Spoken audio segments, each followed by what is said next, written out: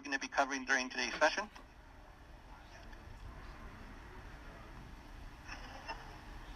Let's go ahead and start off with some guidelines for success.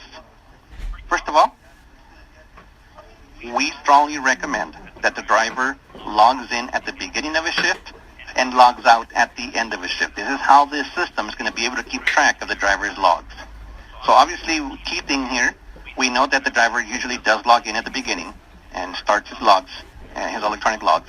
But one of the things that we always see is that maybe the driver forgets to log out at the end of the shift. So that's why we always recommend log in at the beginning of the shift, log out at the end of the shift. That makes it easier for the system to be able to capture and monitor for his regulations that he follows, whether it's for his daily drive time, daily on duty time, or his weekly cycle shift as well. Okay. So once again, we strongly recommend logging in at the beginning of the shift, logging out at the end of the shift. That's also key if you have drivers that use the same vehicle, multiple drivers. So if you have one driver coming out of one vehicle and you have another driver going in to use that same vehicle, it is highly important that your driver logs out when he's done with the shift. Okay. Another key point, bullet point number 3 here, is turn the ignition on prior to logging in and waiting 1 minute. The reason we recommend that is that if the unit or the vehicle has had the ignition off for 10 plus hours, it goes into a status that we call sleep mode. We don't recommend that the driver logs in while the vehicle is in this status. There's no way that the driver knows that it's in sleep mode status, so that's why it's a good rule of thumb that the driver turns the ignition on, waits 1 minute, and then starts logging in. Also, once the driver starts the login process, the vehicle must remain stationary until the login process is completed. The system does detect vehicle motion, so if the driver is attempting to log in and driving away as he does that, it's going to give him errors, it's going to give him issues. So once again, the login process, the vehicle must remain stationary. And I'll show you what the login process looks like. That way you can understand what the driver needs to do, and the driver obviously knows what he has to do on his end. If you are logging in to your in-cab display for the very first time, the vehicle must be in good coverage area to authenticate the login credentials. So the login credentials are created on the software side, and it's created by the admin. And once the regulation, the correct regulation is set to the driver, the driver can now receive his login credentials.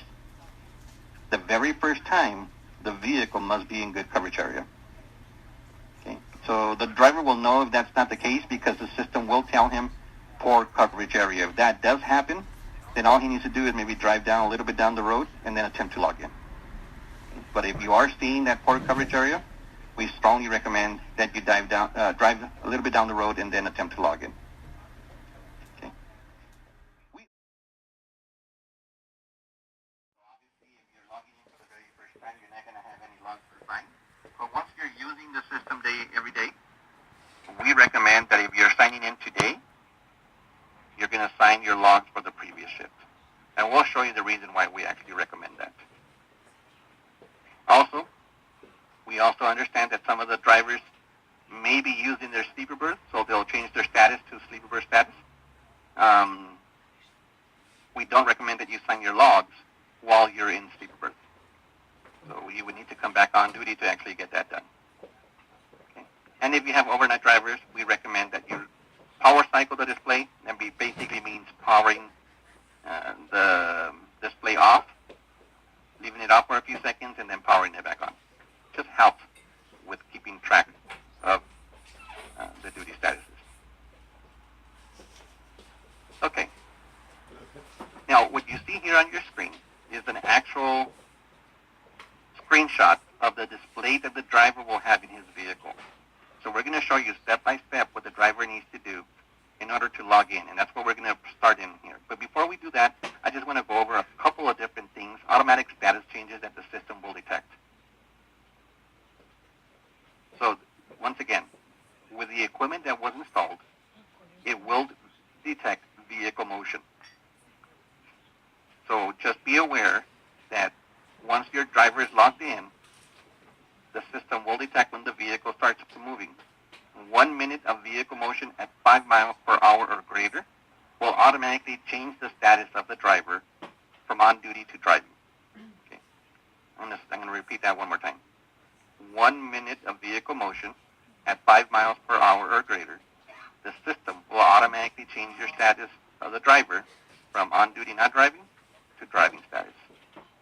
Okay. The same thing happens if the vehicle is actually in motion. If you're already on driving status and then you come to a complete stop, the vehicle once again, or the equipment installed in the vehicle, detects motion, and once it detects that it's been stopped for 5 full minutes and you're in driving status, it will ask the driver if he wants to remain in driving status or wants to switch to on duty not driving. So the driver, for example, if he's stuck in traffic and he does get this pop-up and he wants to keep himself driving, he will need to respond that he wants to keep himself driving. But let's say, for example, in the scenario where your driver gets to its stop and maybe he's going to unload the vehicle, gets off the vehicle, and does not change his status. The display will receive that question if he wants to remain driving or change his status to on duty not driving. If after 1 minute there's no response from the driver, the system will automatically change his status to on duty not driving. Okay, so those are 2 automatic status changes that happen within the vehicle based on vehicle motion that both you and your driver should be aware of. So let's go ahead and start showing you how a driver logs into the system. So once again, to get to the hours of service main screen, there's a couple of different ways that the driver can get to it. Because remember, your Garmin is multi-use. So you can use it for hours of service, but obviously you could use it for navigation, and you could use it for messaging. So the first thing that you need to do is make sure your driver gets to the hours of service main screen. So what he could do is either press the app button on the right side, on the bottom. That takes him to this screen. Notice there's different apps that he can actually choose from. There's navigation, there's messaging, settings, there's also the DVIR, and there you see the also hours of service. So to get to hours of service, all the driver needs to do is press on that button. There's also another shortcut that the driver can do to get directly to the hours of service main screen. If you look on the right-hand side, you'll see that there's a time and date. You also see an icon for an envelope. And then right below that, you see where it says ID status and cycle. And all times are currently 0. That's your hours of service shortcut button. If you press directly on that button, it will take you to the hours of service main screen. So there's 2 ways to get here. Okay. Now the driver is going to want to press on the driver login button at the bottom. Once he does that, it's going to take him to the login screen. So this is where he's going to be able to enter the credentials that was provided by the admins. Notice here, in the login screen, he has a few options that he can enter. He can enter his driver ID and PIN number, which are required. But then he has the optional fields of manifest, commodity, and up to 2 trailer numbers. So the way you enter this information is you press directly into the field, and you will get a screen that comes up on where you can enter your credentials. So the first thing you want to do is enter your driver ID, and then press on next to enter the PIN number. Okay. If you're going to go and choose to enter the optional fields of the manifest, commodity, and the 2 trailer numbers, you can press on next, or you can go to the login screen back again by pressing the hide, the keyboard icon that will hide the keyboard there on the bottom left. If you do that, it will take you once again back to the login screen. Notice that in this scenario, we've only entered the driver ID and PIN number, which is a requirement. The other fields, for now, we have left them blank. Okay. So the next thing the driver will need to do is just press on that login button at the bottom right. First thing that will happen is that the driver credentials will be authenticated. So he'll get this screen. So it will verify that those credentials match the account, and it will accept his login, and the driver will need to just acknowledge it by pressing OK. At that point, the system will ask him to please wait. What it does here is that it will go, based on the driver credentials, download the last 7 days of logs, obviously today's and the previous 7.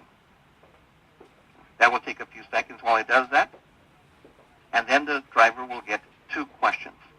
The first one is if he wants to make a status edit before tell you pretty much here it's going to probably be 9 times out of 10, or almost every time is going to be that you do not want to make a status edit.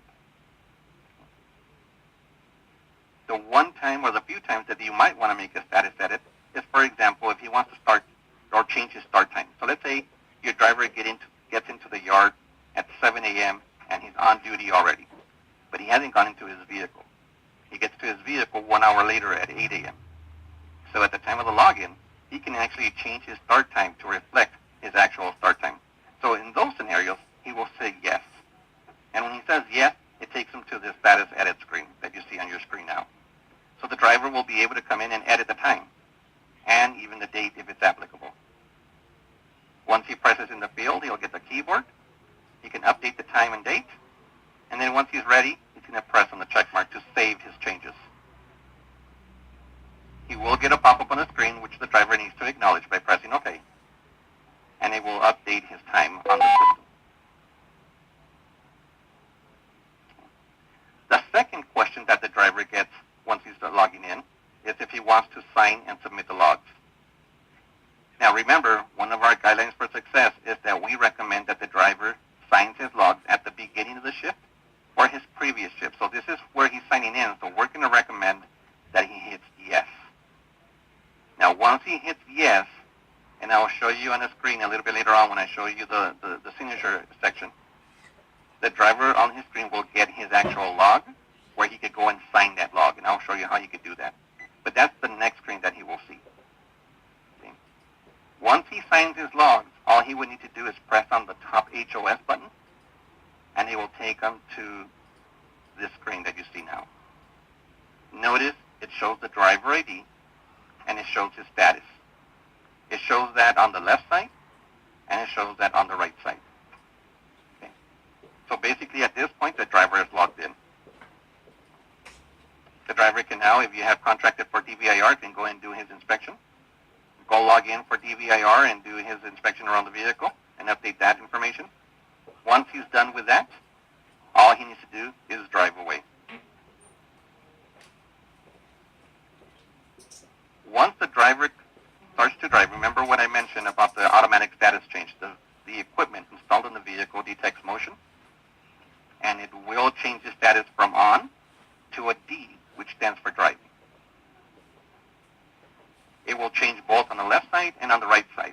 And the reason why you have both is that at this point now, if the driver wants to go ahead and use a different application, for example, messaging, or maybe he might want to use navigation, he will be able to do so.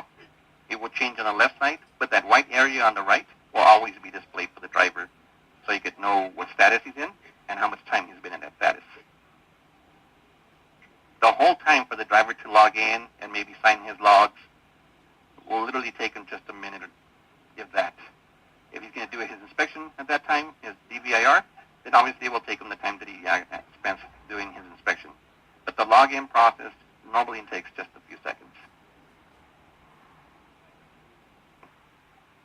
Okay, so the next thing I'm going to show you is once the driver ends his shift, what he needs to do to log out.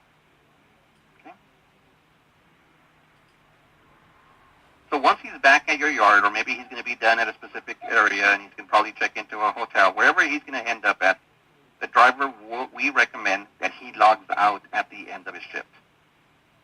Okay.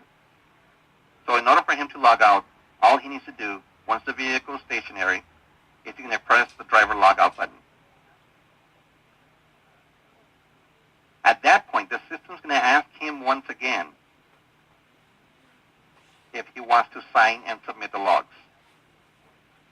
Remember, we recommend that you do not sign the logs at the end of your shift, but you sign it on the beginning of your shift or your previous shift. And here is the reason why we actually recommend that. The driver, if you notice the note there, will not be logged out after signing the logs. If he chooses to sign the logs, it will take him to the sign log screen and not to the logout screen. So that's why if we say no here, notice that the next screen that it does take you is to the logout screen. The driver will then press that button to log out, and notice that on the status for the driver, it shows that his status is out, and his times will be reset to 0. It will be reset to 0 both on the left side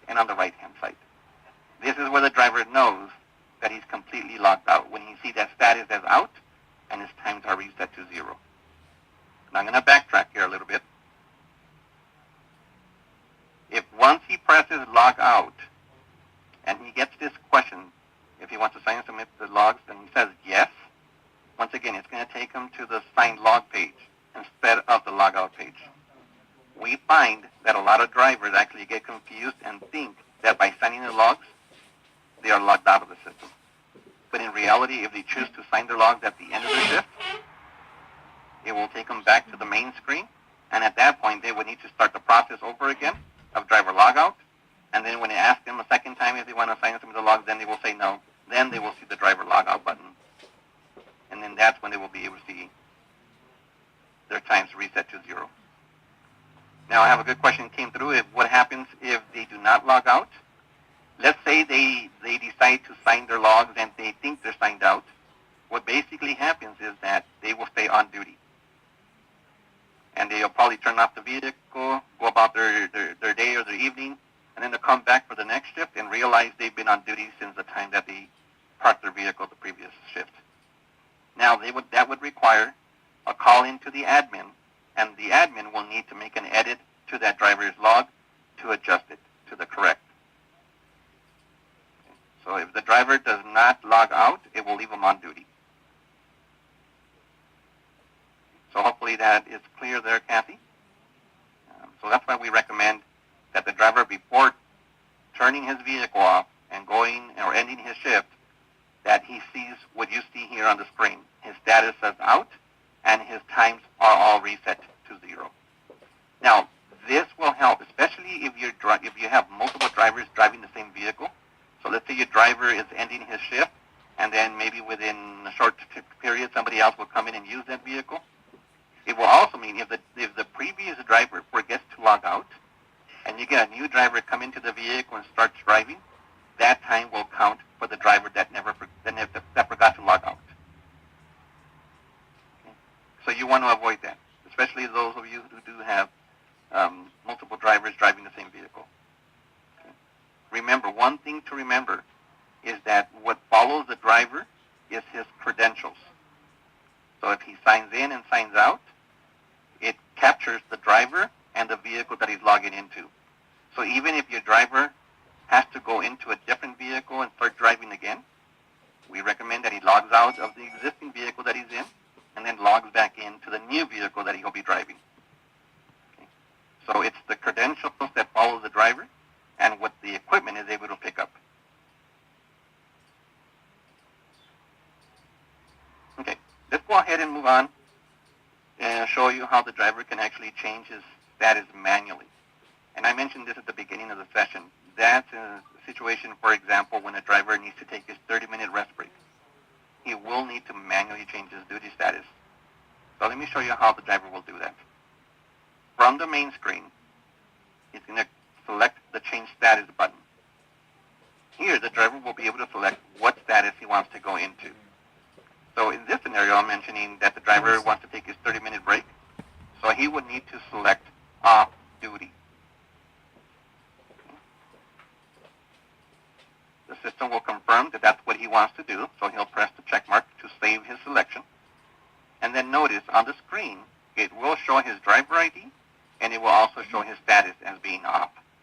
And it will start counting, once again, the time that he spends in that status. So if he's taking his 30-minute rest break, and this is very key, remember this is an electronic log here, so it's going to keep track down to the last second. You need to take the full 30 minutes. If you take 29 minutes and then drive away, that will not count as a 30-minute rest break. And in fact, you will need to start over your full 30 minutes. So rule of thumb that we always like to recommend to all drivers is that they wait at least until it says 31. That way they're completely sure that they took their full 30 minutes, and then they can drive away.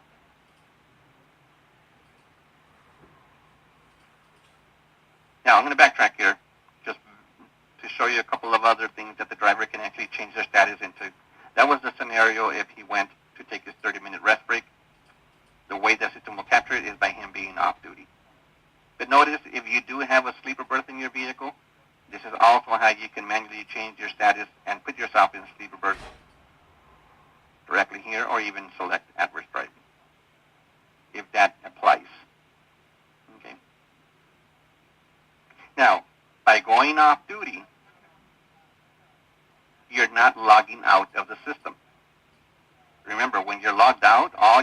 are reset to 0 and your status shows out. But by going off duty, that driver is still logged in. So there's no need for him to actually come back in and change his status if he's going to drive away. Remember, the equipment installed in the vehicle detects vehicle motion. So after 1 minute of vehicle motion at 5 miles per hour or greater, it will automatically change his status to D, which is driving. So once again, if he's going to just continue to drive, there's no need for him to come in and manually change his status. The system will take care of that for him and put him back on driving status. Now let me show you how a driver can also update vehicle information. And we mentioned this at the beginning, that it's optional when the driver logs in to enter a manifest, a shipper number, or commodity number, and up to 2 trailer numbers. While the system has the capability of the driver actually updating that information at any time during his shift. As a matter of fact, the driver can update that information as many times as needed. So we do understand in some cases there is the drop of a trailer and hooking up of a new one, and you want to capture the trailer numbers, or you want to switch or change the manifest or shipper number. The driver can actually do that. So from the main screen, the vehicle info button will display what you currently have entered. Now, if you remember when we started the presentation, we didn't actually enter trailer numbers or a manifest or commodity number. So that's why it's currently blank here.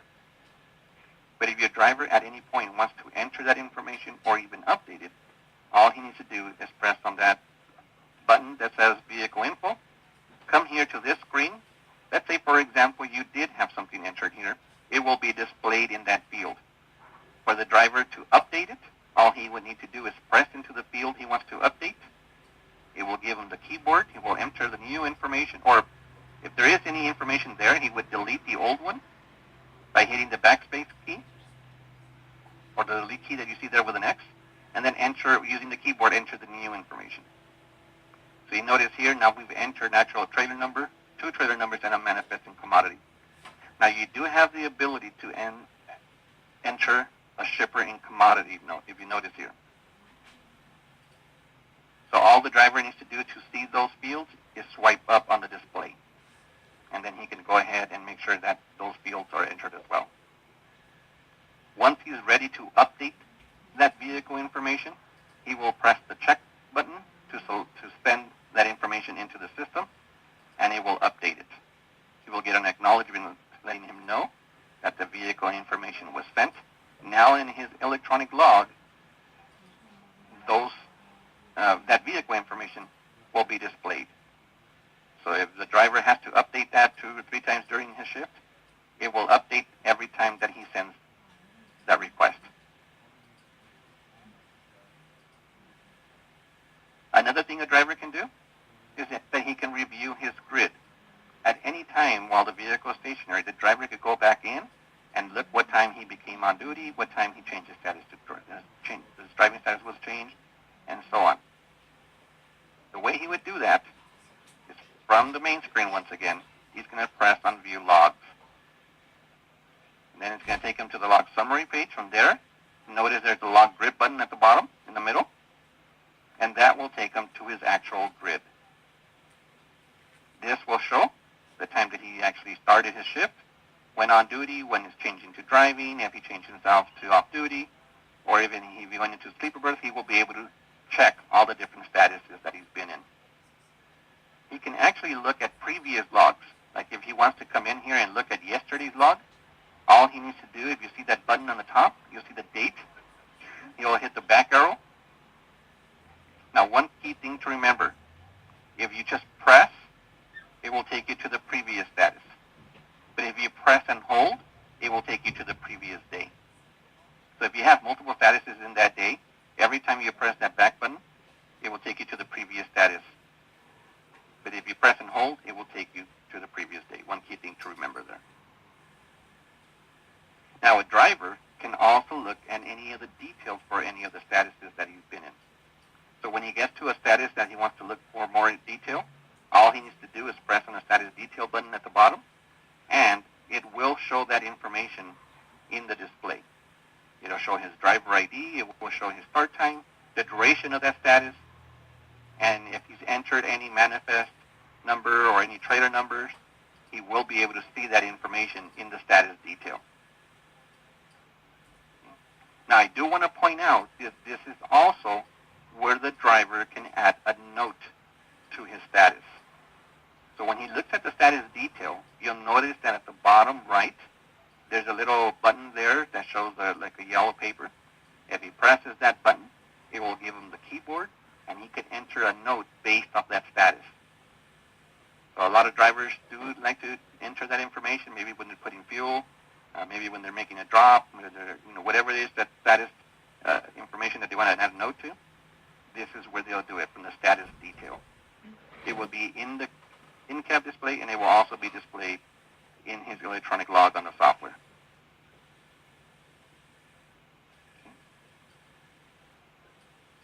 One last thing I'm going to show you is how to sign the logs before I take a break. So I'll go through here, and then we'll take another quick break. So the next thing we're going to show you is how the driver signs his log. So remember, when the driver logs in or when he logs out, the system will prompt him if he wants to sign his log. But the driver can also come back in and sign his logs anytime that he's actually logged into the system, as long as the vehicle is stationary.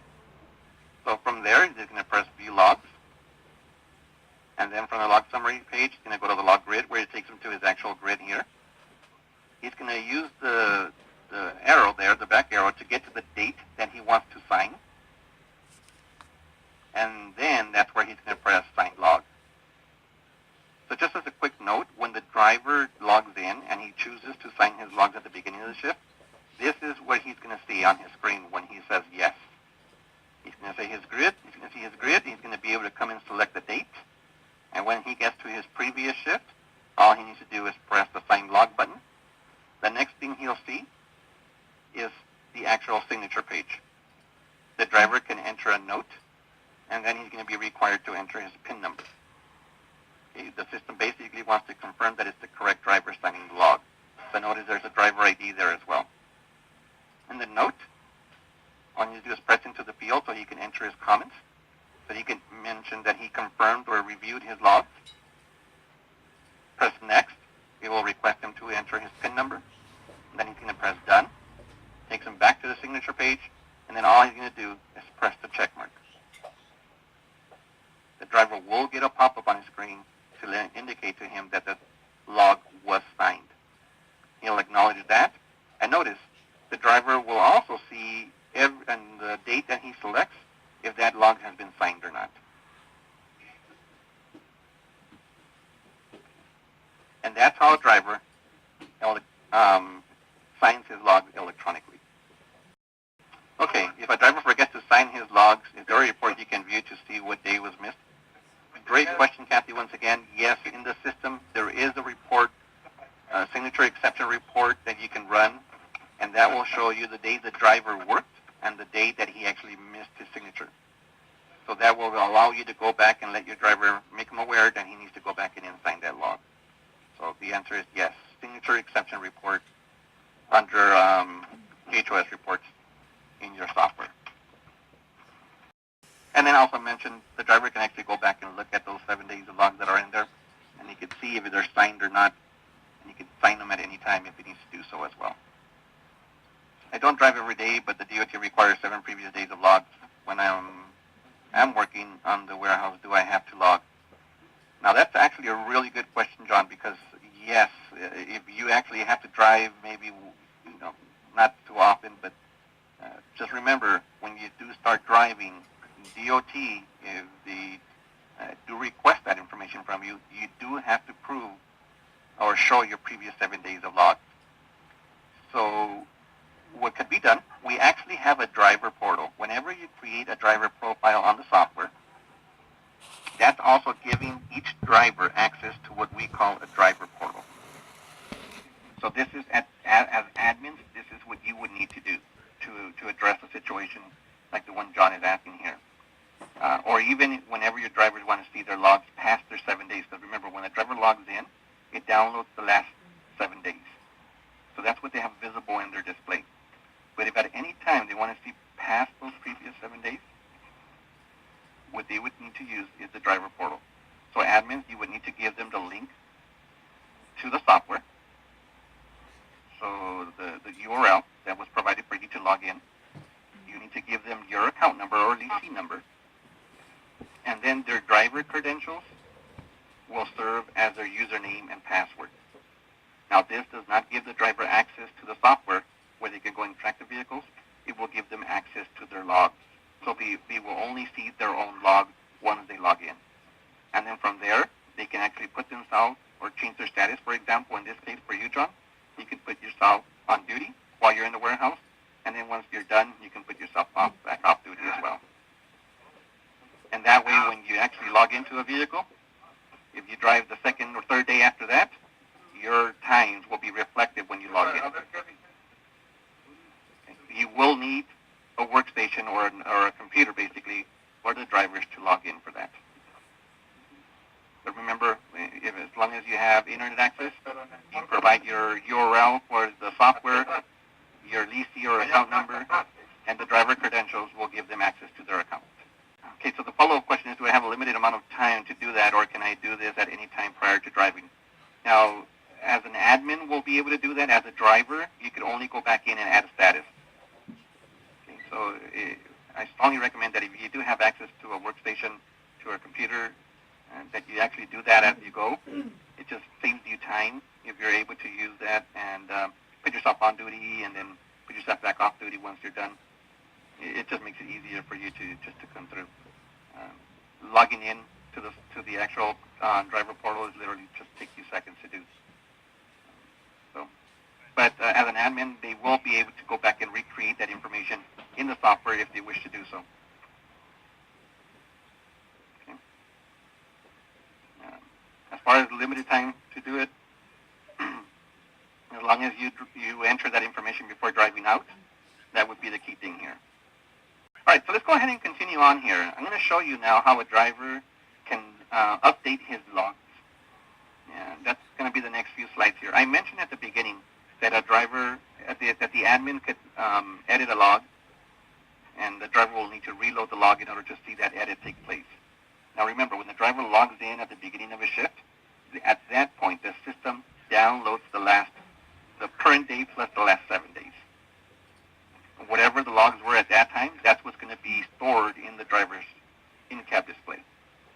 After that, if an admin makes an edit to the driver's logs, it takes effect immediately on the software. But on the in-cab display, it's still going to be stored whatever it was when the driver logged in. So in order for the driver to see any edits that were done after his login, he will need to update his logs. And the way he does that is that he's going to come into the View Logs button, and then he's going to go to the log grid where he sees the actual log itself. And then here he can press the Reload Log button.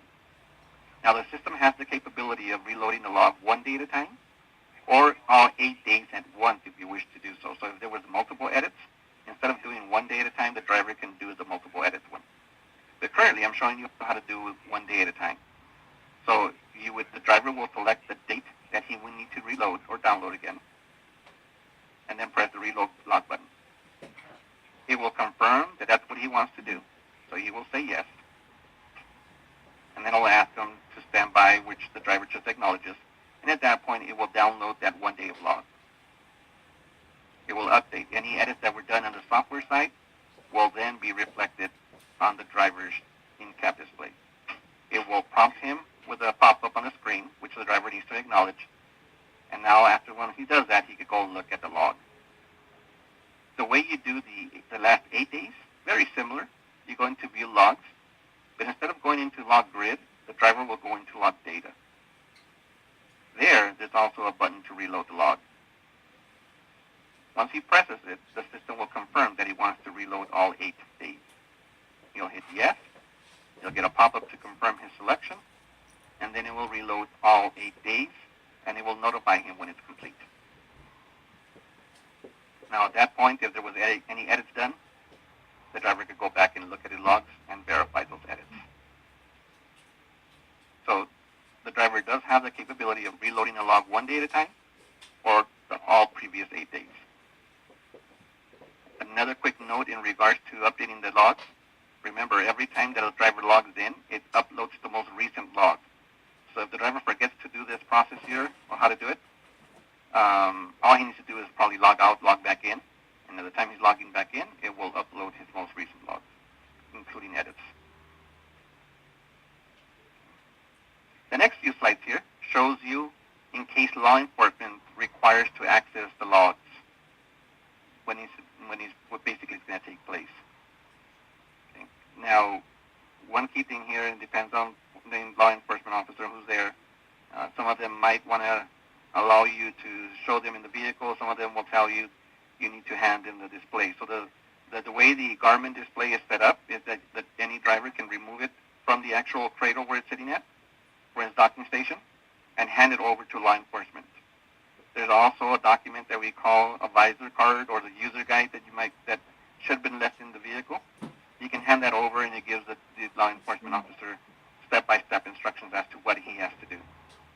So once the law enforcement officer has the Garmin display in his hands, all he would need to do is press on View Logs, Log Grid, and that's where it's going to take him to the 8 days of logs that are stored in the display. That's what's required by law.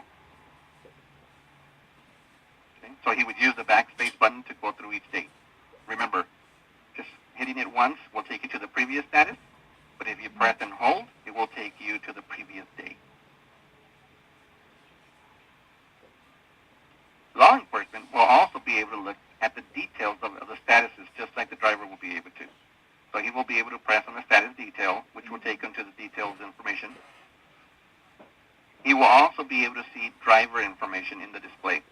Now, in order for them to see that information, he could see the vehicle information and driver information. The vehicle information is the trailer numbers, the manifest and shipper and commodity numbers that have been entered. So if a driver has entered that, law enforcement will just be able to press on vehicle info and see that information on the display. To look at the driver information, he'll press on View Logs, and notice there's a driver info button there. If the admin on the software side in his driver profile entered this information, it will be visible based on the driver ID when he logs in. So you can enter the name, the address information, the license number, date of the license expiration, and the date of the last physical exam. So law enforcement will be able to look at this information as well. And the last thing that we go over, before I go into warnings, I just want to point out, once the law enforcement is done reviewing the logs, all they basically do is hand over the display back to the driver, and the driver can put it back onto the cradle. And then last thing that we cover here is the warnings and the violation notifications that come through into the in-cab display. Now, we do want to point out that the driver, if he's driving, will get 4 warning notifications prior to going into a violation. So based on the regulation that the driver is following, the system will monitor for that. And before going into violation, the driver will get a first warning at 60 minutes, a second warning at 30 minutes, a third warning 15 minutes prior, and then one last warning 5 minutes prior into going into violation. He'll get a pop-up on the screen letting him know how much time he's away from going into a violation. Once again, it monitors for any of the violation statuses that he can actually get, whether it's for his on-duty time, for his driving time. If he's required to take a rest break, if he hasn't taken one, he'll get the warnings, or even for his weekly cycle as well. It will monitor for any violation that the driver can come into and warn him 4 times before going into the violation. If he continues to drive past that 1 hour, he'll get another pop-up on his screen letting him know that he was in violation. And that's what this screen here will show. The driver will get a violation notice on his screen, which he can acknowledge. At the time of the violation, it will also be updated on the software side that the driver is in violation as well. So you do get 1 hour prior to going into violation to decide what needs to be done to avoid hitting that violation. Whether it's calling back into your office, letting them know about that, looking for a hotel to pull over and basically take your required breaks, whatever needs to be done, you do have 1 hour prior to make those accommodations. Okay? And that that is our presentation for today. So I'm going to go ahead and unmute the phones here shortly to see if there's any final questions that anybody might have. I want to thank each one of you for joining our training session. We know you have very busy work schedules, so we appreciate you taking the time. I want to point out this presentation that I did show you here is available to you. So if you look here on your screen at the bottom left, we actually have a couple of different presentations available to you. We have the presentation that we just showed you, which is the Garmin HOS presentation. We have a presentation that goes over how to do your inspections, your DVIR. We also have the user guide and an easy guide for the drivers if you wish to go ahead and download. The way you would download this, just feel free to select whatever aid you want, job aid you want here, and then at the bottom, press download file. And that will allow you to download whether it's our presentation, the DVIR presentation, or the user guides. On the help holding section here, we also have a survey that you can take. We use this to help improve our training sessions, so we strongly recommend that if you please come and take that survey, we would really appreciate it. But once again, I'm going to go ahead and unmute your phones and see if there's any questions over any of the information we've covered so far. Feel free to also type in your questions into the chat. Any questions that I could address?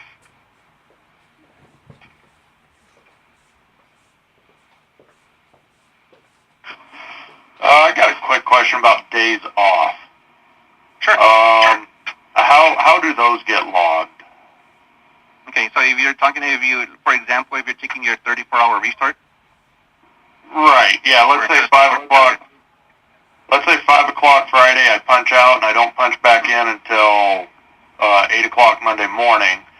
Sure. What do I do with that Saturday and Sunday? On that Saturday and Sunday, there's really nothing you need to do to come back into the actual log. The system will detect that you're taking that time off. So based on the regulations that you follow, if you complete that 34-hour rest period, it will give you the restart for your cycle. So you start a whole new week once you come back after that. And it will capture the days. The system actually captures the days that you're actually working based on your logging in. And you're basically required just to go back in and sign your logs of the days that you're working. Okay, so there's really nothing that you have to do, yeah. For that weekend, I don't have to go back and sign logs or anything like that? It'll be based on your employer or your carrier if they wish you to go in and sign your days that you didn't work. But the system won't prompt you to sign those. Okay, but if they request for you to go in and sign them, they will let you know. Okay, thank you. Okay. Well, what happens if a driver works Monday through Friday, but he takes Thursday off? That's only a 24-hour window. You mentioned 34-hour window. Correct. So it's based on the regulation that you set. Yeah. So it's based on the regulation that you set for your driver. The 34 hours is usually meant for most of the FMCSA regulations. So if he does not take a full 34-hour reset, your cycle does not reset. So your weekly hours. So you're either working a 70-hour 8-day work week or a 60-hour 7-day work week. So the system's going to be already monitoring based on the regulation that you choose for your driver. If you never take that full 34 hours, it basically still thinks that you're in the same week. And it's going to give you a cycle violation. A cycle will be your weekly violation. So there's nothing to do on that Thursday off? Right. He needs to take a full 34 hours in order. If you want to have your weekly cycle reset, he needs to make sure to take the full 34 hours. Right, which should be Saturday, Sunday. Correct. And it's a rolling period, so it doesn't have to be Saturday and Sunday. I know that's what we're using here as an example, but if your drivers are off Monday and Tuesday, it could be Monday and Tuesday, but it does need to be a complete 34-hour reset. Gotcha. Okay.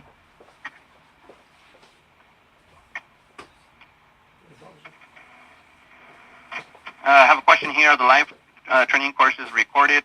Yes, they are. We do have in the training center, if you have access to the training center, we do have a recording of this session, so feel free to go in and listen to those. And once again, if you look on the bottom left, we do have our presentation that I just reviewed with you, where you can go in and download it as well. Any additional questions?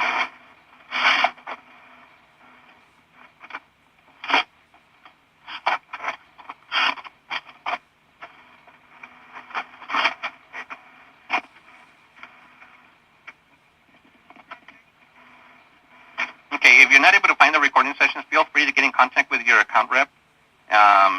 They will either guide you to our training team, or they will be able to show you themselves where these recorded sessions are. Okay, so if you're unable to find them, we do have them in our training center. So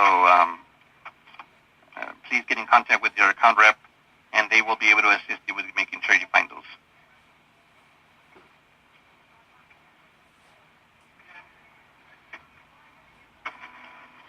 Does this system? Yeah, go ahead. Does this system also do your mileage for IFTA? It will track when you change from one state to another, but if are you with Ryder, by chance? No, Annixter. Annixter, okay. I believe there is actually, we integrate with a partner called ProMiles that will give you all that information. But it does, the system will track whenever you move from one state to another, and it'll give you the total miles that you've driven in each state. Okay. All right. Okay. And let's say a driver is in violation and he gets pulled over for whatever reason. Does that violation, is it highlighted somehow in his log to where that the inspector can see it? Or is it something that the inspector has to be on his toes and find it himself? Yes, that is correct. He would have to actually go in there and count the hours to make sure if there's a violation. Our system will not pinpoint it out for them. Okay, so it doesn't rat out the driver. Correct. It's up to the law enforcement to count the time. Okay, cool. Thank you. Sure, no problem.